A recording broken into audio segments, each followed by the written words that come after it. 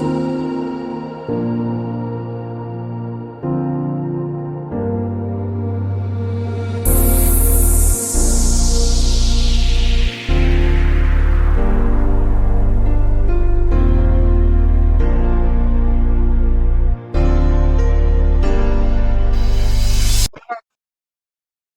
everyone. Hello, Robin. Hi, Heidi. Hi. We're here today with another topic of about free will, embodiment, and streams of consciousness with belief patterns. We're going to kind of tie all that together. Before we get started, though, we have a viewer question that I'll read for Athena right now. As you say, we have a choice about what we focus on, something wanted or unwanted. When it's a long-standing negative thought with a lot of negative experiences related to it, I haven't been able to conjure up feelings I prefer and hold them consistently, particularly as it relates to my work and the loss of my son. Sometimes I just feel like giving up. Honestly, as you have said, maybe some of us are stupid, but sometimes it sounds like Athena nor Robin have ever experienced devastating emotional pain. Sorry, I'm sure that they have, but it just sounds to me, it's just how it sounds to me sometimes. Sometimes I can get closer to the feels I prefer, but other times it feels like something external to me is holding me down. For those of us with long-standing issues, can you walk us through a process to stay steady in our thoughts? The steps for dummies version.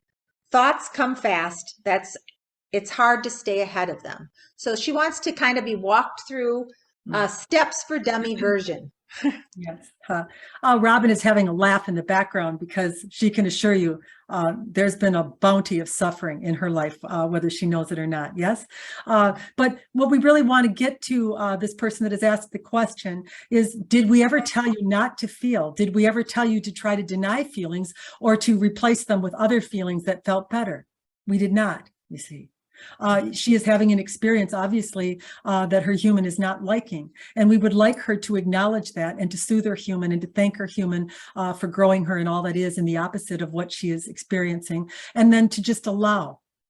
Heidi, this is something that we have talked to you quite a bit about because you've had a few experiences yourself where you have felt yourself get activated and you have gone off by yourself and you've soothed yourself and you have understood that you can actually make yourself feel better when you do this. But you're never going to do it by denying an experience. You're never going to do it by thinking an experience or a thought you're having is wrong or that you somehow have to replace it or suck it back up because you can't. Once you've had it, you've had it. We've told you that everything that you ever feel or think or lay your eyes upon has become part of the universe that is you. You have it in you. Yes. So what is the point really in trying to deny it? What is the point really in trying to wish it away or that it wasn't so, you see? So what we would recommend to this one is to just align to her experiences, align to whatever it is that is occurring in your life, and then soothe yourself for it and know that you have expanded to the greater degree of that experience. And that, yes, in that moment, you may not feel good. You may be stuck there for a while, but the intent is to eventually let it go because you know that all that is received the suffering, as you would call it, and that you have expanded because of it. You do not need to stay in it to be heard or to be justifying it. You do not need to do this. But I think that where she's getting stuck is she is actually trying to clean herself up to the point where she doesn't have a negative experience or doesn't deposit a negative thought. And this is never going to be possible on the earth plane. And we would tell you that there are all levels of suffering going on with all different humans on the earth plane, and that there's no way you're ever going to deny it or stop it. All you can do is agree to it. All you can do is soothe yourself and know that you have felt something that you don't really like. You're justified in that. You're human, certainly is. But if you can just get that concept of what we are telling you, we're not going to make you wrong for it, and we're not going to deny that it doesn't feel good. But what we would like you to do is just know that you have experienced something that has sent out a charge of energy to all that is that they have received, and that you are now greater because of it. And if you have to stay there for a while because you don't feel good, it's fine. Don't stay there too long, or you'll be sending out another message that will then bring more experiences to you that will be similar to the one that you just had. And we know that's why you're trying to suck it up, but just allow it. Just allow yourself to be human. Know that everyone is having those experiences and that you will get better at this. As you start to soothe yourself out of it, Heidi, you will probably share a little bit as we are done talking, that you get better at it. Your human starts to relax when it is soothed a little bit, and that you know that why did it come? It came here to be an experiencer. It came here to release charges of energy based upon what it would experience. And it is not deeming them as good or bad. You are, because you're stuck in the bad because you're still in the experience of it. Let it go. Just decide, I've done it. And then move on to something that makes you feel better. Now, we know you're going to say, well, I can't do that. Well, then stay where you are for a while, and maybe you're going to have 1 or 2 more experiences, or maybe 10 or 12 or 20. We don't know, but we're going to tell you something right now. Eventually, you're going to get that package. You're going to open it, and you're going to decide that you've seen what's in it, and you're going to move on from it. Yeah. And I would just add to that, and in just from a very variety of situations I've experienced recently, is how proud you'll be of yourself when you actually can do that. Because there are times where I haven't been able to hold my emotions, and whatever ensues, ensues. And then afterwards, you're left with a yucky feeling, or feeling like, oh, why did I do that? Or guilty. And when you actually have that first experience of being able to control that thought, and all of a sudden you just look at yourself and you're like, wow, I am so proud of myself. I actually did what I've been being told to do, and Yes. it actually works. And then that good feeling takes over, and you're not thinking about the bad thing because you're just so happy with yourself that you actually, soothed yourself out of something. We would like to add further to that, because what you did in your agreement to soothe yourself is connected to the high part of you, which in turn did the work for you. This one that is sending the message is trying to have her human do the work. And we have told you this doesn't work. It simply will not, it will cause frustration. It will cause more negativity, more irritation, and you will not achieve the result that you're wanting. When you move to the love of self, when you move to the soothing of self, as you did, Heidi, what you're talking about is the high self immediately rushes in and joins you. And then it does the transformation. And that is where the pride that you felt, the proudness of that you felt, was you, the love of yourself. That's what you were really connecting to and feeling. So we think that we really got there in the answer to this question, so that she can really understand that when she soothes herself, when she allows herself to have experiences and decides to love herself for them, soothe the human really for the suffering that it is experiencing, the high self will come in and join you. And then the change in your thoughts and feelings will begin because of that source, you see. Right. Yes. Yep. You felt it. Yeah, and it's a pretty cool feeling. Like when you're really angry about something, you Mhm. can't imagine going, in an opposite direction like that. But Yes. if you can just hold, and then find, a little feeling thought to move you in that direction, and then all of a sudden, like you say, the high self comes and it just builds and builds and builds, and all of a sudden you're like, wow, I just feel good. I don't know how that happened. Yes, many people that you would talk to that are on a spiritual journey, they go through these phases of struggle and strife and trying and looking and searching and pushing as they're human, only to find out that when they just decide, I am enough, I love myself as I am, I'm throwing in the towel. In this love of self, the high self joins them, and then all of the changes that they have been struggling to do are automatically implemented within them. This is how it Right. works. Right. And I heard this somewhere, and I don't know where I heard it, but someone was discussing, oh, I was always somebody that thought I loved myself.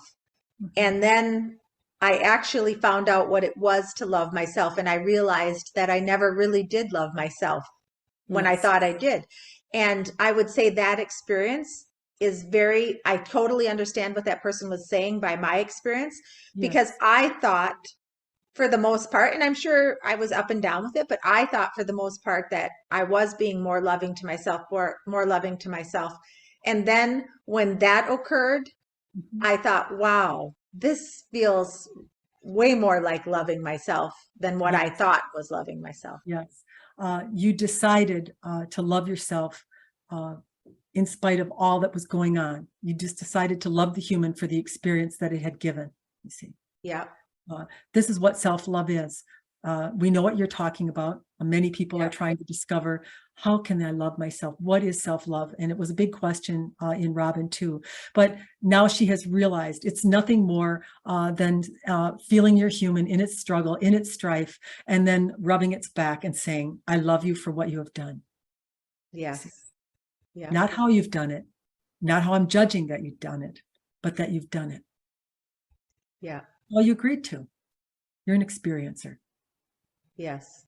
Yes. Yes. So let's talk about embodiment and free will. Well, we'll get to free will in a minute, but let's start with the embodiment. One of your podcasts, you said to look at the self honestly and to reveal what you are embodying, what your main things are that you're embodying.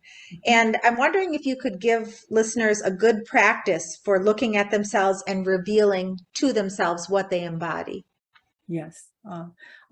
What is embodiment? I believe that we gave you a definition that it is a tangible form that is basically achieved by how you are feeling, the quality of your feelings that you are emitting, and the emotions you are having in your life are actually brought into form or tangible form. So it's very easy for a human really to look at their life, to see the people that are in it and the success or not success that they are having. And then we are asking them to truthfully decide, what is it that I am embodying? Because as a source of all that is, as a God that you are, you have come here and emanated yourself into this human form. This is what you have done. And you have decided to embody that human. And you want to bring into form what it is that your high source is wanting to reveal to the world about you, you see.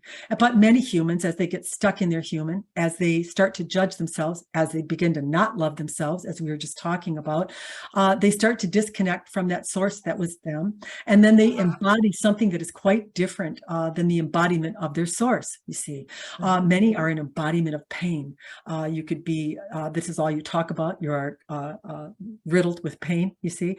Some of them may be very angry. They may be embodied in anger. But there are that you might have a number of things that you embody, but we are just giving you the dominant theme.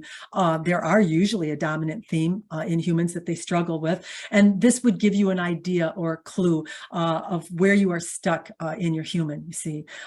You did come here as the embodiment of your source, and the embodiment of the source uses free will. And we have talked about this in past recordings.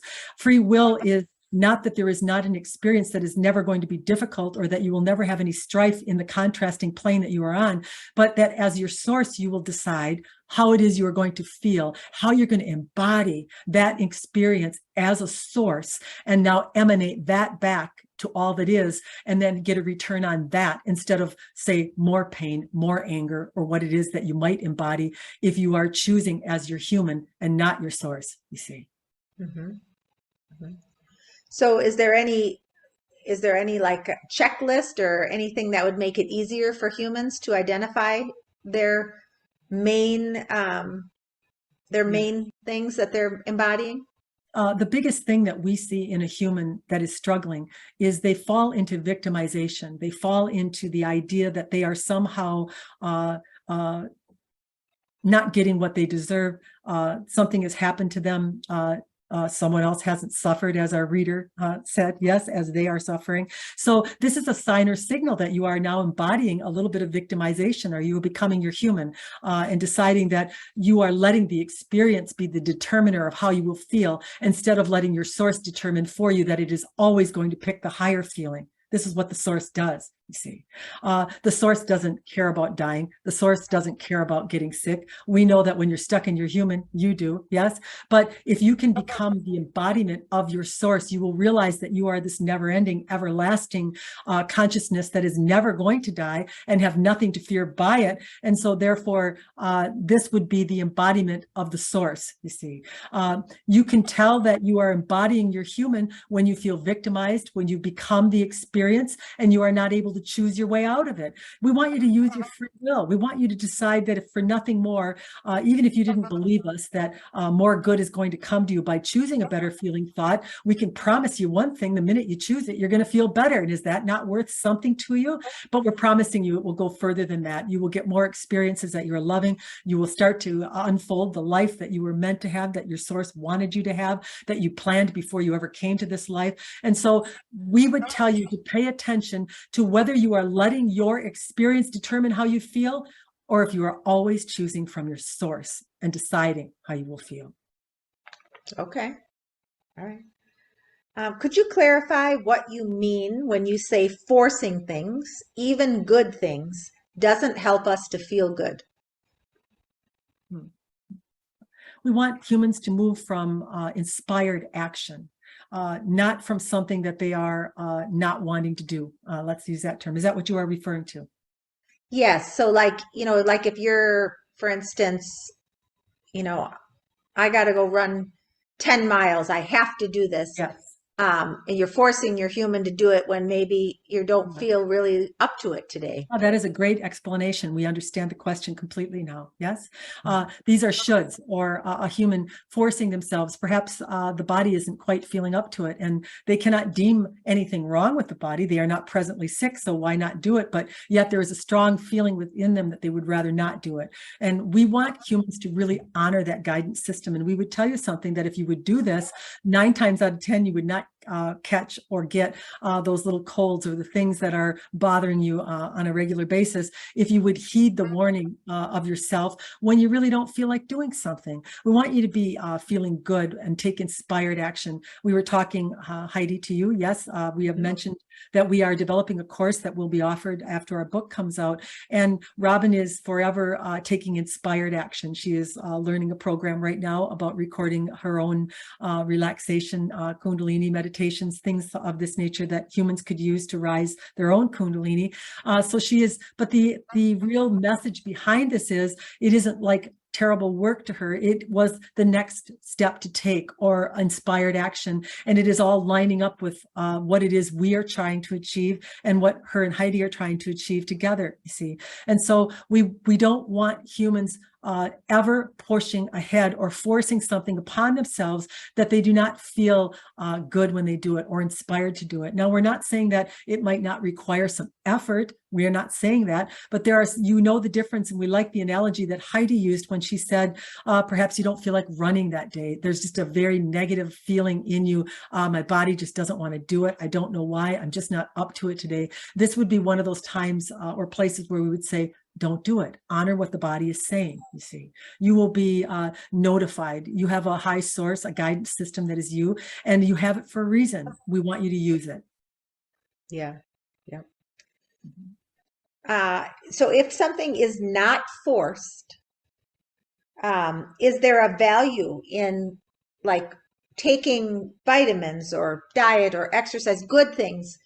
I know you say if it's forced, it can have a negative effect on us. We can think we're doing something good, but inevitably we're going against the self and it's not good. But what if it's not forced? Is there additional benefit in doing those things? Or are they just... Everything is based upon your alignment to it, your belief in it. There is nothing, hear this, that you are experiencing on this earth plane that has not been created through thought and then become form, you see. So if a human thinks, a group of human thinks vitamins are a good way to be healthy, and you decide to join that stream of consciousness, and you decide to now think that taking vitamins are healthy, then vitamins for you will be healthy, you see. And so, but humans will say, we've had the study, we've proved it, we know it is true. And we would say, as all of you called for the same answer, as all of you looked for the same thing, you created this experience that you are now all agreeing to and lining up in, you see. So then that brings me to the opposite of that question. And I'm going to assume that I'm going to assume that someone that lives their life, say what we would deem negatively, is somebody who has a very strong self-identity and doesn't align to mass consciousness, kind of just goes to the beat of their own drum. So this question is, can a human do whatever they want? Can they smoke, drink, do unhealthy things for their whole life, but keep themselves in alignment, keep themselves vibrating high, and live a long, healthy life. Yes, we would tell you in answer to this question, most humans would not be able to participate in those activities and feel good about it, or Yes, be doing all of it at once and feel healthy doing it. However, if they could, they would.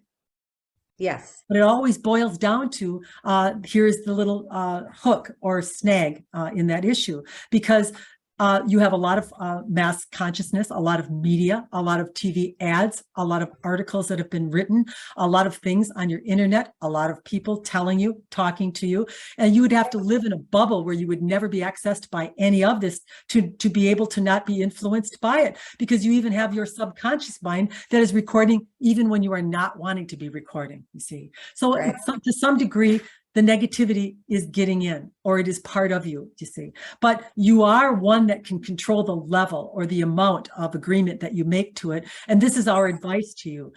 We would never advise a human to go out and chain smoke and then drink down gallons of alcohol and then do some drugs on top of that. But we would tell you that none of them would feel good as they did it. And there is enough in your mass consciousness in the opinions of that they would not be able to avoid the joining of those opinions. So, but we really want you to get this and to understand, because we know it to some degree, it's very difficult for you to swallow, but everything that is occurring is being decided on and then being agreed to and becoming a belief. And then as it becomes a belief, now it can be received by you. It can be implemented into you, you see.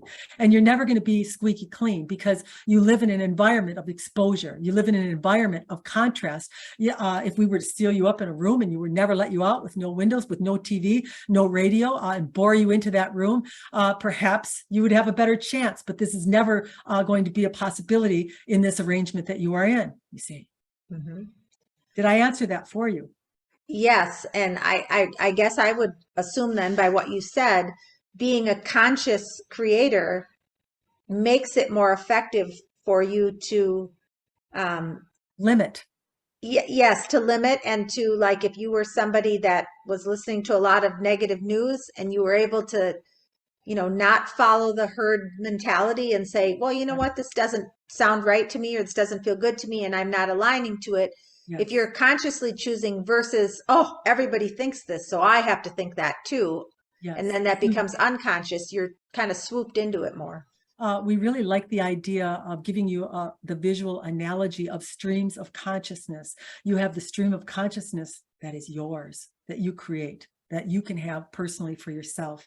And then you have all these other streams of consciousness, and we're not going to deem them good, bad, or otherwise. They're nothing more than thought forms or patterns that people have agreed to, that have now come together because of the law of attraction in the universe. So they have gotten bigger because of it. And so you have a decision or deciding to do. Are you going to create your own stream of consciousness and add to your universe what you're wanting personally for yourself? Or are you going to decide there might be some good things that you deem as good? You might decide, oh, I love the vegetarian life. I love all the fresh vegetables. Robin loves this. It is something she enjoys. She likes the color. She likes the taste of, and she likes the history behind it, that it's going to be healthier for her to do it. And she's bought in, sold, and on it, and agreed to it, you see. But we're going to tell you something. If you were able to not adopt that way of thinking, if you were able to be completely independent of your masses, you would not be affected by them. But nobody is on this contrasting plane. Everybody is hearing things they are not wanting to hear. They're seeing things on their ads. You can sit in front of your TV at night and you see the drugs coming on, and they're playing lovely music and showing a lovely life, all the while in the background telling you all the detrimental things that will become to you because of taking the drug that they are advertising, you see. Mm-hmm. So all of that is part or put into you. It is all this thing. But we would greatly encourage you to be very picky about what you decide to join in the streams of consciousness that you are choosing, that are outside of your own choosing, you see. So if you are, let's use your example of watching a drug commercial where they're showing you all these wonderful pictures, but then reading the side effects, and you're hearing them in the background as they're showing you these nice images. And let's say consciously you're able to think, oh, I don't agree with this. I'm not a drug taker. I I'm not interested in participating in this, but you said your Uh, subconscious is recording and taking this in. Once So again, we are what do happy. you, what's that? Continue. Oh, I was Continue. just going to say, so if you are consciously choosing that you're not in alignment or agreeing with the commercial and your subconscious is recording it, um, which one is winning out? Or are you going to have like a 50-50 mix in you? Yes, anything that is observed or heard or thought upon is now part of your universe, you see. And we want to just give you this little analogy because Robin said, oh, knowing all that she does, no matter what she does, when she hears those commercials, she thinks, I hate these things. Oh, I'm the same.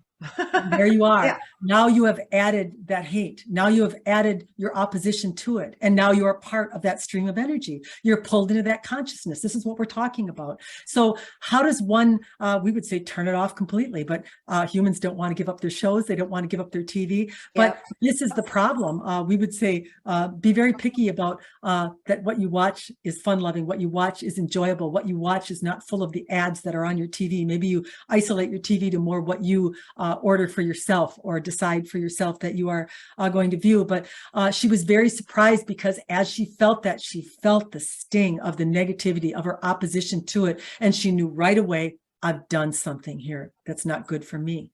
You see. So what would be a better way for her to handle that? Because obviously you're not going to completely get away from seeing these commercials Yes. when you're watching something. The best thing to do, and even then this is how we're telling you that there is an impossibility of avoiding everything. About the only thing you could do is immediately turn it off, turn the volume down to nothing and get up and take a break, go and get something to drink or walk away from it. But if you try to take your attention from it because you are opposed to it, you are sucked in or part of it. You see, there you are trapped. So this is a good example of what we are telling you, that it's unavoidable. And actually now we are wanting to say, this is where a lot of fear, anxiety, disease issues come from in a person that they cannot understand, or they don't know how it has gotten to be part of their experience. And you are on this contrasting plane where everyone is creating, everyone is adding content, everyone is having ideas, doing studies, and then bulks of people are agreeing to them or not agreeing to them in their, and so a stream of consciousness can get bigger in your agreeing to it and in your not agreeing to it, you see. Either one is a problem. So for you to try to decide to be sovereign, this is what sovereignty is, that you're going to let everybody choose what they choose, and you're not going to judge them for choosing it or even decide that what they're choosing is wrong or bad. You're just going to choose for you. Mm-hmm. You see. So if you're in the room and somebody else is enjoying the commercial and you're not, just get up and walk out and Yes, go do something. do your best to again soothe your human. If it recognizes in negativity, I'm leaving because I do not want a part of this, or I'm going to find something really fun to do right now. This is the way we want you to leave. I'm going to get myself a really nice something to snack on or eat, and I'm going to put my focus on that. I'm going to change the focal point. Mm-hmm. Yes. Mm-hmm. Without saying to someone, I'm getting up and leaving this nasty commercial that is coming on. Yeah. Because that's your focal point. You're taking that with you into the kitchen. Right. Right. Put your focal point on where you're headed. Mm-hmm. So one thing I observed, and I think everybody probably does this at their own rate. Some people probably adopt very quickly and others take longer. But I think evolving and not reacting is a process. And most of the people that are listening to the podcast are already on a spiritual journey, and they're probably familiar with that. But a lot of new listeners, um, maybe that's a tough one for them, like to feel like you can um, not react, or that you can have control over your situation. And is there anything further that you could give listeners pertaining to that evolving process? I know one of them obviously is, if you have a screw up, don't get mad at yourself. Just think, oh, my human had another human experience and I'm not going to be feeling bad about it. I'm going to do better next time. Is there anything else that well, we're going to catch you a little in your wording. As you said, control and not react. You see, yes, both of those two things are impossible to get out of. The more you try to not control something, the stronger control will get within you. And the more you try to deny an experience, the stickier it gets. So all you can do is soothe your human. All you can do is experience, feel it. You've talked before, Heidi, you've used the analogy of the screen door. You want to feel the emotion as it approaches the screen door and you are on the other side of it. You feel the breeze in your face. You get the stink of it, the smell of it, and you decide to just step aside and let it blow right on through. This is the way that you do it. You can't evolve, as you say, by controlling yourself and by trying to stop experiencing. This is never the way. This is why one becomes frustrated. And this is the human trying to do it. And this is why you are frustrated, because it is your contact from all that is letting you know you're using a method that's not going to work, you see. You go over into loving your human. The human just smelled something it doesn't like. The human just had an experience it doesn't like. And you soothe the human. Experiencer. Thank you for doing that. Thank you for sending out that message to all that is of what you really want by what you got that you didn't like. And now you're just going to soothe it. You're just going to allow. This is what you have to do. And this is the best advice that we could give to anyone. If you are struggling with anything, allow it. Just allow it and then soothe yourself. And then this is how the high self will join you. This is where you will get that needed help, or that control, as you called it, or that change in circumstances, or the way that you react to circumstances is going to come when you learn this procedure. Is there a benefit to when, like, I was having a conversation the other day with my husband and saying, you know, when I'm in an activated state, it would be nice if you could help me out a little bit by soothing. And I'm just wondering if you are feeling like, you know, you're soothing yourself, Yes. but if you're offering soothing out in your world to your family or friends or acquaintances, if you're offering soothing energy to them, will that assist you in getting it back to you? I'm assuming yes, but here is what we would tell you. Yes, we had the discussion where you were looking to have your husband soothe you a little bit when you were in a situation. Yes. And so as you asked him for the soothing, you gave up your own vibratory level because you became irritated that you had to ask him for it, you see. Yes. And so we don't want you asking for soothing, but we would tell you that if you are on a spiritual path and you understand the principles that we have now given to you, that if you soothe another, all you do is bring good to yourself. All you do is elevate your own vibratory level as you give to another, you see. And so the idea that he didn't do this, he missed an opportunity or a way of achieving something for himself in the offering to another. So it's a little bit of a double-edged sword. And we would tell you, don't ask somebody for it that's not willing to offer it to you. But if you have it to offer, then you have it to gain for yourself. And we would love humans to help others out when they are fixated or they become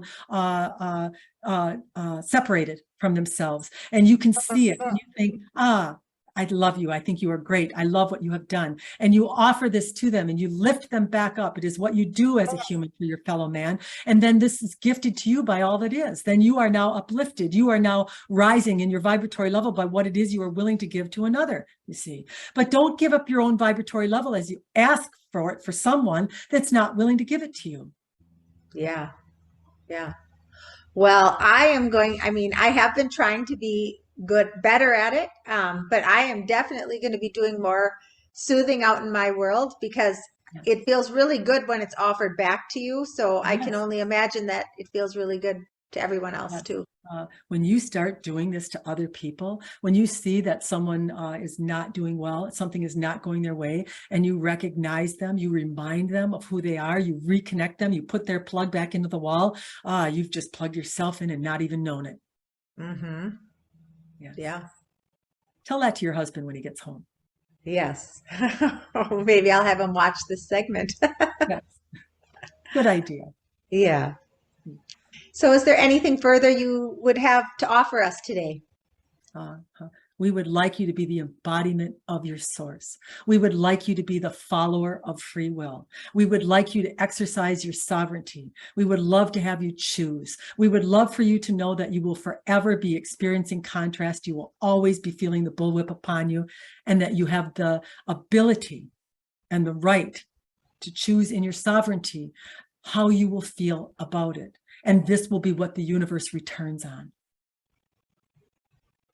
That sounds good. Yes. Well, thank you so much. If anybody has any viewer questions or topics they would like us to discuss, you can email me, Heidi, at athenaintruth.com. Thank you for joining us again today. Good day, Heidi. Thank you.